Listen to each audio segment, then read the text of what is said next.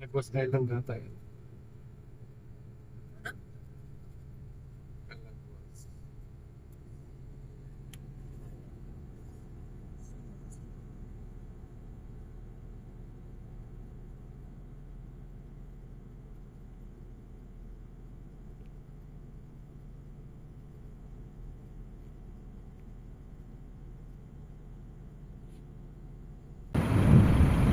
Pinuntahan namin yung pinakadulo ng Bagaspas Beach, mga kalakbay.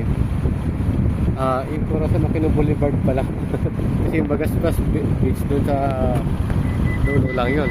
Pinanggalingan namin. Doon kami nang galing, oh, pakalayo. Kaya longest boulevard pala talaga ito ng Pilipinas. Ayan, oh. Tapos dito sa dulo, ganoon pa rin, malapad pa rin dalampasigan nila. Tsaka walang mga bato. Ganda, oh. Dami na nililigo.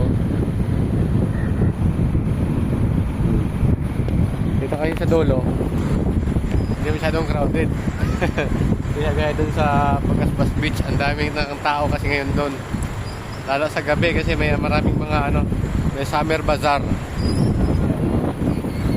Ayun, oh.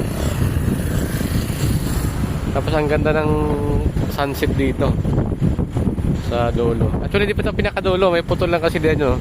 Before, narating ko yung pinakatuktok talaga dead end na hindi pa tapos. Pero di na ako tumuloy ngayon. Yan, alam ko yan yung Calagwas Island, mga kalakbay. Ayan. Kung di ako nagkakamali, ha. Parang binanggit sa akin to ng romboy ng hotel.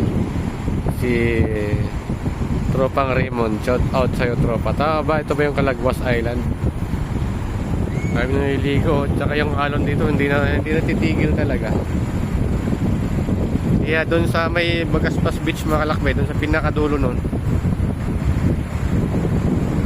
kalagitnaan pala, di pa ang pinakadulo. Ano siya, maraming nagsusurfing doon ng mga kabataan tuwing umaga.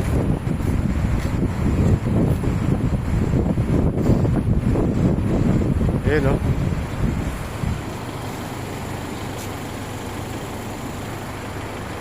So, pinasyal ko sila dito. Yeah, akit tayo dito.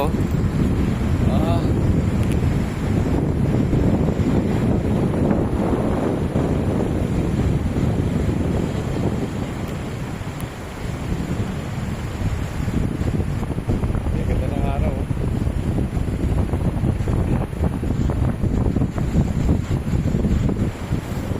Doon tayo nang galing.